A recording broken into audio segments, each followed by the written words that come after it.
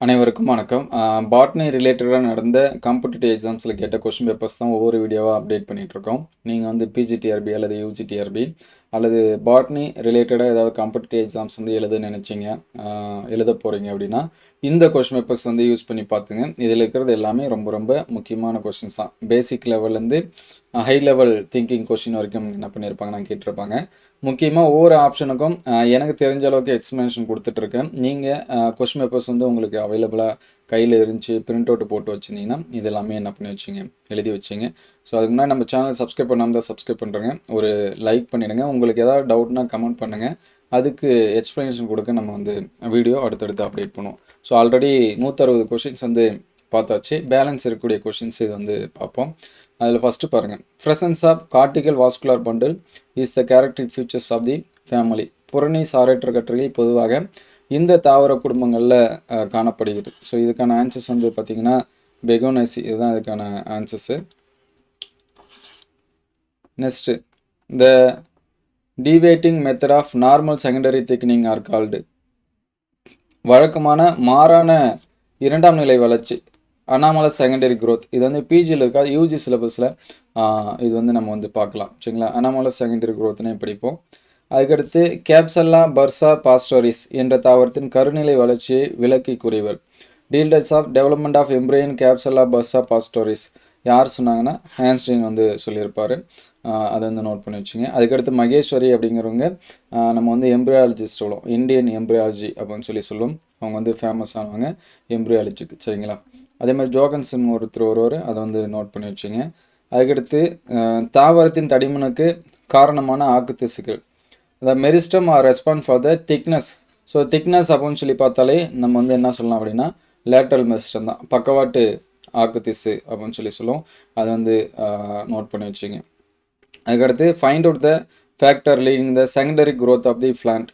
தாவரங்களில் இரண்டாம் நிலை வளர்ச்சிக்கு கீழ்காணும் காரணங்களில் உண்டு. ஒன்று வாஸ்குலர் கேம்பியமும், இன்னொன்று கார் கேம்பியம் அப்படின்னு சொல்லி சொல்லுவோம். இது ரெண்டும் தான் நமக்கு வந்து செகண்டரி க்ரோத் வந்து ஹெல்ப் பண்ணும். சரிங்களா, அது ரொம்ப முக்கியம். அதுக்கடுத்து கரு வளர்ப்பின் நோக்கமானது, objective of embryo culture. So இதுக்கான ஆன்சர்ஸ் பார்த்தீங்கன்னா 1 and 3 வந்து கரெக்டுன்னு கொடுத்துருக்காங்க. இளம் கருக்களை அனுமதிக்கும் நாற்றுகளை உருவாக்கும், young embryos to complete development. இது ரெண்டும் தான் இதுக்கான ஆன்சர்ஸு. ஸோ நெக்ஸ்ட்டு பார்த்தீங்கன்னா அரேஞ்ச் த க்ரானாலஜிக்கல் ஆர்டர், கால வரிசையை ஒழுங்குபடுத்துக. ஸோ இதில் ஃபஸ்ட்டு எது அப்படின்னு சொல்லி பார்த்தீங்கன்னா மைக்ரோஸ்போர், இதுதான் ஃபஸ்ட்டு. அதுக்கடுத்து மைக்ரோஸ்போர் வந்து டெவலப் ஆகி வரது வந்து கேலஸு, இது வந்து செகண்டு. ஸோ கேலஸ்லேருந்து என்ன ஃபார்ம் ஆகும் அப்படின்னா எம்ப்ரியோ வந்து ஃபார்ம் ஆகும். இது தேர்டு எம்ப்ரியோ, அதுக்கடுத்து வந்து பிளான்ட்டாக மாறும். சரிங்களா, இதனால் இது வந்து ஃபோர்த். சரிங்களா, இதுதான் ஆர்டர். இது டிஷ்யூ கல்ச்சர் அந்த பேஸ் பண்ணி நமக்கு சொல்லியிருக்காங்க. நெக்ஸ்ட் பார்த்தீங்கன்னா megasporogenesis further lead to development of. Megasporogenesis மேலும் தொடர்ந்து உருவாக்கக்கூடிய அடுத்த அமைப்பு என்ன அப்படின்னு சொல்லி பார்த்தீங்கன்னா எம்ப்ரியோ சாக். சரிங்களா, ஃபீமேல் பார்ட்டு, அது வந்து எம்ப்ரியோ சாக் அப்படின்னு சொல்லுவோம். மெகாஸ்போர் மதர் செல்லேருந்து தான் அது ஃபார்ம் ஆகும். சரிங்களா, நெக்ஸ்ட்டு இருவித்திலை தாவர கரு உருவாக்கத்தில் அடிசல் சஸ்பென்சார் தோற்றுவிக்கும் கரு வகை. அதாவது development of dicot embryo the basal cell usually form suspensor. அது பேர் சொலானட் டைப் அப்படின்னு சொல்லி சொல்லுவோம். அதை நோட் பண்ணி வச்சுங்க. அதுக்கடுத்து மேற்பூர நாறுகளுக்கு சர்ஃபேஸ் ஃபைபர் அப்படின்னா அது வந்து காசிப்பியம். சரிங்களா, அதை நோட் பண்ணி வச்சுங்க. So next match the following கொடுத்துருக்காங்க. இந்த மாதிரியான ஸ்க்ளீரைடை வச்சு கண்டிப்பாக நமக்கு டிஆர்பியில், பிஜிடிஆர்பியில், அதுவும் சொல்லக்கூடியது பிஜிடிஆர்பியில் அதிகமாக கேட்டுகிட்டே இருக்காங்க. சரிங்களா, அதனால் இந்த ஸ்க்ளீரைடு நம்ம பார்த்துருப்போம், ஆனால் இந்த எக்ஸாம்பிள் எல்லாமே நம்ம கேள்விப்பட்டிருக்க மாட்டோம்.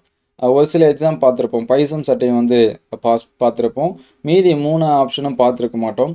அதனால் இந்த மாதிரியான கொஷின்ஸ் பார்க்குறப்ப நோட் பண்ணி வச்சுங்க. ஃபஸ்ட்டு பார்த்தீங்கன்னா பிரேக்கிஸ் கிளியரைடு. பிரேக்கிஸ் கிளியரைடு நம்ம வந்து பேரிக்காயில் பார்க்கலாம். சரிங்களா, பிரேக்கிஸ் கிளியரைடுக்கு எடுத்துக்காட்டு ஃபிலோடென்ட்ரான் குளோசியோவி கொடுத்துருக்காங்க. சரிங்களா, இதுதான் இதுக்கான ஆன்சர். சரிங்களா, ஏக்கு. அதுக்கடுத்து பார்த்தீங்கன்னா மேக்ரோ ஸ்க்ளீரைடு கொடுத்துருக்காங்க, பைசம் சட்டையும். அதுக்கடுத்து ஆஸ்டிரோ ஸ்க்ளீரைடு 2 இருக்குது, ஆஸ்டியோ இருக்குது, ஆஸ்டிரோ இருக்குது. சரிங்களா, ரெண்டுமே பார்த்து வச்சுங்க. ஆஸ்டிரோ ஸ்க்ளீரைடுக்கு எடுத்துக்காட்டு ஆஸ்மாந்தஸ் ஃப்ராகன்ஸ் அது. அதுக்கடுத்து ஆஸ்ட்ரோஸ்க்ளீரைடுக்கு பார்த்தீங்கன்னா நிம்பியா. சரிங்களா, இதுக்கான ஆன்சர்ஸ் இது 3மே நோட் பண்ணி வச்சுங்க. ஸோ அதுக்கடுத்து மகரந்த பையோட உள்ளடுக்கு இவ்வாறு அழைக்கப்படுகிறது. The inner most layer of anther sac, அது வந்து என்ன சொல்கிறாங்க அப்படின்னா டப்பிட்டம் அப்படின்னு சொல்லாங்க. எபிடெர்மிஸுக்கு அடுத்து இருக்கிறது எண்டோதீசியம். எண்டோதீசியத்துக்கு அடுத்து மிடில் லேயரு, அதுக்கடுத்து டப்பிட்டம் இருக்கும். சரிங்களா, அதோட லேயர் பார்த்திங்க அப்படின்னா எபிடெர்மிஸு, அதுக்கடுத்து எண்டோதீசியம், அதுக்கடுத்து மிடில் லேயரு, அதுக்கடுத்து டப்பிட்டம். ஸோ இந்த ஃபார்மேட்டில் தான் நமக்கு வந்து கொடுத்துருப்பாங்க. இதுதான். ஸோ எண்டோதீசியம் அப்படிங்கிறது மகரந்த பை டெகிசன்ஸ், அதை வெடித்து சதுரத்துக்கு ஹெல்ப் பண்ணும். எண்டோதீசியம் வந்து ஹைக்ரோஸ்கோபிக் நேச்சர் சொல்லுவாங்க, நீரும் தன்மை இதெல்லாமே இருக்கும். ஸோ எக்ஸைன் அண்ட் இன்டைன் இது ரெண்டும் எதில் இருக்கும் அப்படின்னா போலனில் இருக்கும். ஸோ ஒரு மெச்சூர் போலன் எடுத்தோம் அப்படின்னா இதோட ஸ்ட்ரக்சர் இந்த மாதிரி வரைஞ்சோம் அப்படின்னா வெளியில் இருக்கிறது எக்ஸைன், அதுக்கடுத்து உள்ளார இருக்கிறது இன்டைன் அப்படின்னு சொல்லுவோம். இதுதான் எக்ஸைன் இன்டைன்லாம் வரக்கூடியது. ஸோ அதுக்கடுத்து பார்த்திங்கன்னா மைக்ரோ ஸ்பொராஞ்சியத்தில் எண்டோதீசியத்தோட முக்கிய பணி ஏற்கனவே நம்ம சொன்ன மாதிரி வெடித்து மற்றும் மகரந்தம் சேருதல். Dehiscence of discharge of pollen வந்து வெளியே போகிறதுக்கு அங்கே ஸ்டோமியம்னு ஒரு ஸ்ட்ரக்சர் இருக்கும். 12th புக்லேயே கூட நல்லா தெளிவாக கொடுத்துருப்பாங்க. ஸ்டோமியமும் இதுவுமே ஹெல்ப் பண்ணி வெடித்து போகும்னு சொல்லுவாங்க. அதுக்கடுத்து ஆஞ்சியோஸ்பர்ம்களில் பொதுவாக கருவுறுதல் அப்படின்னு சொல்லி பார்க்குறப்ப டபுள் ஃபெர்டிலைசேஷன். ஸோ ஆல்ரெடி நமக்கு வந்து தெரியும், இதுதான் வந்து எம்புரியோ சேக் அப்படின்னு சொல்லி பார்க்குறப்ப இதில் வந்து எக்கு இங்கே இருக்கும். எக்கு சுற்றி எக்கு அப்பாரட்டஸ் சினர்ஜிட் வந்து என்ன பண்ணியிருக்கோம் அப்படின்னா ப்ரெசண்ட் ஆகிருக்கும். ஸோ இங்கே 3 செல்ஸ் இருக்கும். இது வந்து ஆன்டிபோடல் செல்ஸ் அப்படின்னு சொல்லுவோம், எதிரடி செல்கள் அப்படின்னு சொல்லுவோம். சென்ட்ரலில் இருக்கிறது போலார் நியூக்ளியஸ். சரிங்களா, இது வந்து போலார் நியூக்ளியஸ் அப்படின்னு சொல்லுவோம், அது சென்ட்ரல் நியூக்ளியஸு. ஸோ ஃபஸ்ட்டு நமக்கு வந்து ஆன்தர் வந்து மெச்சூர் ஆகி போலன் கிரெயின்ஸ் வந்து மெச்சூர் ஆச்சுன்னா லாஸ்ட்டாக 2 கேமெட் இருக்கிற ஸ்டேஜில் வெளியேறும்னு சொல்லுவாங்க. ஸோ இதில் ஒரு கேமெட் வந்து என்ன பண்ணும் அப்படின்னா எக்கோட ஃபியூஸ் ஆகும், இதுக்கு பேர் ஃபெர்டிலைசேஷனு. அதுக்கடுத்து செகண்டரியாக இருக்கக்கூடிய ஒரு மேல் கேமெட் வந்து இங்கே போலாரில் இருக்கக்கூடிய நியூக்ளியஸோட ஜாயின் பண்ணும், இதுக்கு பேர் தான் நம்ம டபுள் ஃபெர்டிலைசேஷன் அப்படின்னு சொல்லுவோம். ஏன்னா ஆல்ரெடி இங்கே ஒன்று நடந்துச்சு, இங்கே ஒன்று நடந்திருக்கு. ஸோ இங்கே டபுள் ஃபெர்டிலைசேஷன் நடக்கிறப்ப இங்கே வந்து 3 கேமெட் ஃபார்ம் ஆகும். சரிங்களா, அதனால் இங்கே ஒரு எண்ணெய், இங்கே ஆல்ரெடி இது ஒன்று, இது ஒன்று, 3 எண்ணெய். ஸோ அதனால் இதோட கண்டிஷன் வந்து ட்ரிப்ளாய்டு அப்படின்னு சொல்லுவோம்.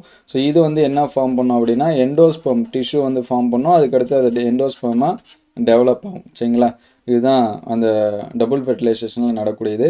டபுள் ஃபெர்டிலைசேஷன் நடந்துச்சுன்னா நமக்கு என்ன கிடைக்கும் அப்படின்னா எண்டோஸ்பெர்ம் வந்து கிடைக்கும். எண்டோஸ்பெர்ம் டிஷ்யூ அது வந்து எண்டோஸ்பெர்மாக மாறும். பிரைமரி எண்டோஸ்பெர்ம் நியூக்ளியஸ் இது சொல்லாங்க, டெவலப்மெண்ட் ஆகி நமக்கு வந்து எண்டோஸ்பெர்மாக மாறும். அதுக்கடுத்து ஜிம்னோஸ்பெர்மில் மகரந்தம் நேரடியாக சேருமிடம் பார்த்தீங்கன்னா நொசலஸ் வந்து கொடுத்துருப்பாங்க. ஜிம்னோஸ்பெர்மில் வந்து எண்டோஸ்பெர்ம் வந்து ஹேப்ளாய்டு அப்படின்னு சொல்லாங்க. அதே வந்து ஆஞ்சியோஸ்பெர்மில் ட்ரிப்ளாய்டு அப்படின்னு சொல்லுவோம். அதை வந்து நோட் பண்ணி வச்சுங்க. இது பேசிக்கே நம்ம எல்லாத்தையுமே தெரிஞ்சிருக்கும்.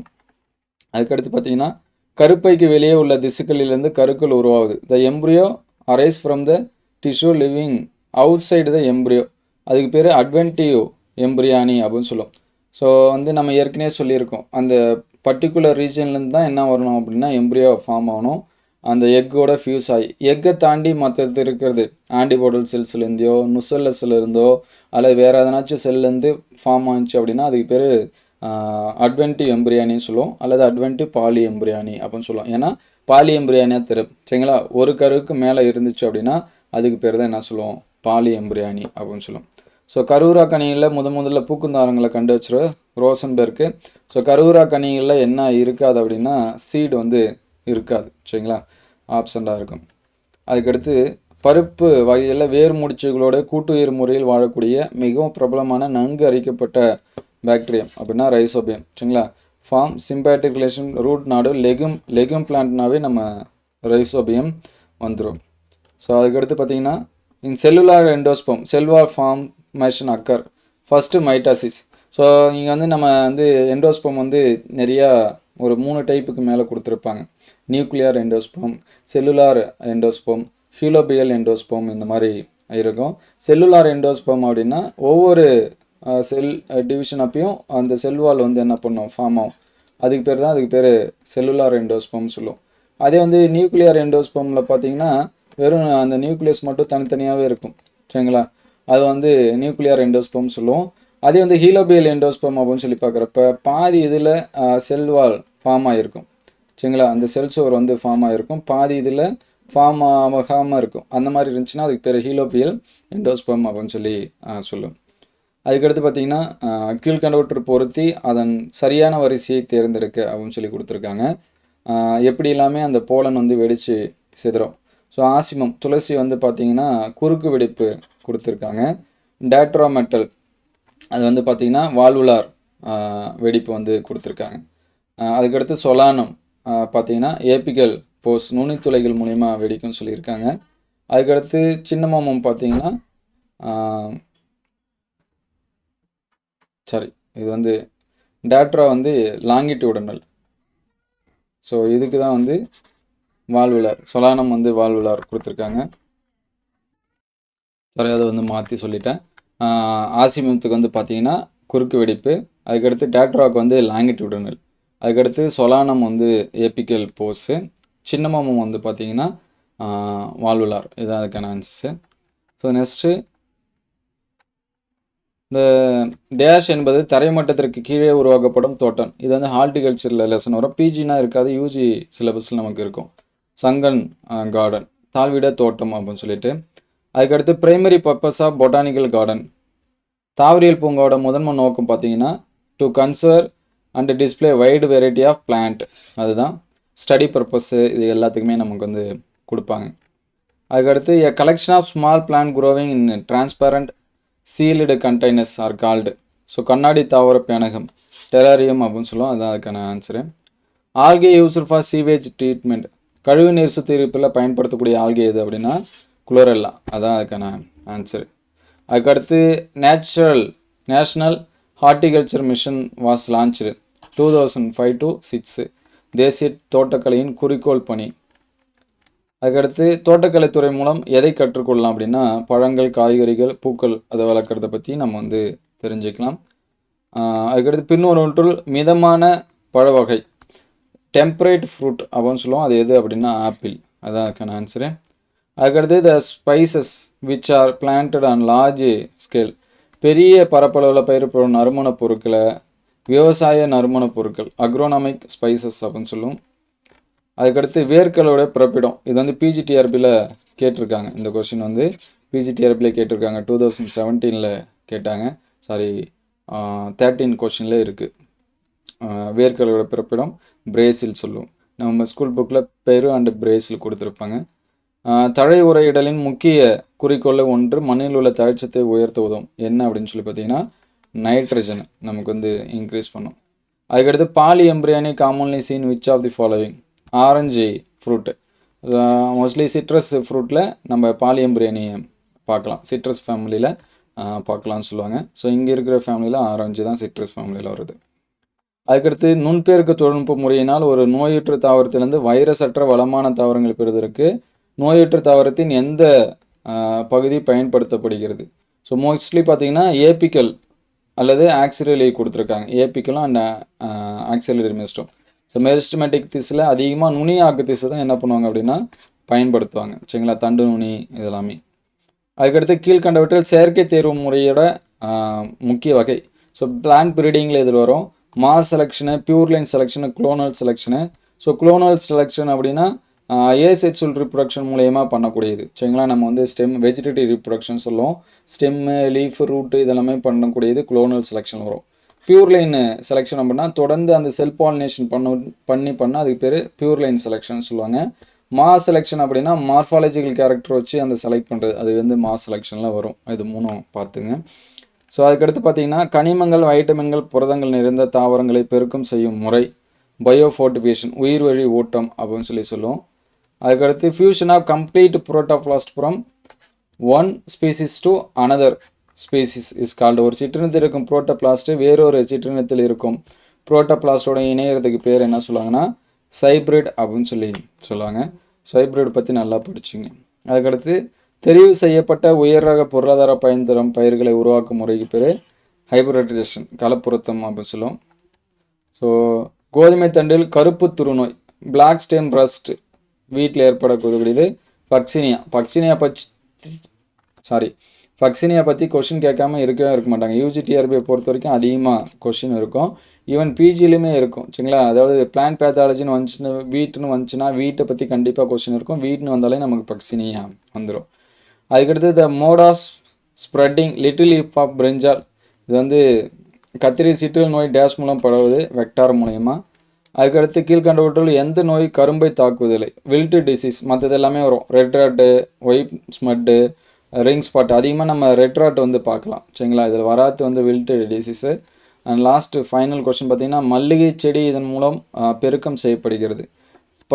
பதியமிடல் அல்லது வேர் தரிப்பு, அதாவது ரூட் கட்டிங்கும் லேயரிங் மூலயமா என்ன பண்ணுறாங்க, ஜாஸ்மின் வந்து க்ரோத் பண்ணுறாங்க. ஸோ இந்த கொஷின்ஸ் எல்லாமே பார்த்துருப்பீங்க. இதுக்கு முன்னாடி அப்டேட் பண்ண கொஷின்ஸ் எல்லாமே டிஸ்கிரிப்ஷன் லிங்க்கில் தரேன், நீங்கள் செக் பண்ணிங்க. ஸோ நெக்ஸ்ட் வீடியோவில் இன்னொரு கொஷின் பேப்பர்ஸ் வந்து பார்ப்போம். இதில் இருக்கக்கூடிய கொஷின் முடிஞ்ச அளவுக்கு நீங்கள் எக்ஸ்ட்ரா ஆப்ஷனுக்கும் நோட்ஸ் எடுக்க பாருங்கள். எல்லா கொஷினுமே நம்ம அந்த மாதிரி எடுக்க முடியாது. ஒரு சில கொஷின்ஸ்க்கு வந்து எடுக்கலாம். அது எடுத்து வச்சுங்க. எனக்கு முடிஞ்ச அளவுக்கு நான் வந்து எக்ஸ்ப்ளனேஷன் கொடுக்க ட்ரை பண்ணுறேன். இது எல்லாமே எந்தளவுக்கு ஹெல்ப்ஃபுல்லாக இருந்துச்சு அப்படின்னு சொல்லி கமெண்ட் பண்ணுங்கள். அடுத்தடுத்த வீடியோவில் வேறு காம்படிட்டிவ் எக்ஸாம் கொஷின்ஸ் வந்து பார்ப்போம் சரிங்களா. Thank you all.